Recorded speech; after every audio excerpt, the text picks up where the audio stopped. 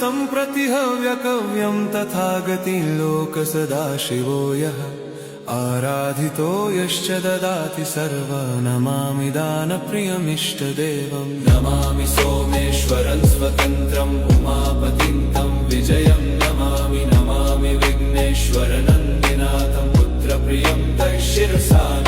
नमामि देवं भवदुःखशोकविनाशनं चन्द्रधरं नमामि नमामि गङ्गाधरमीशमीड्यमुमाधगं देववरं नमामि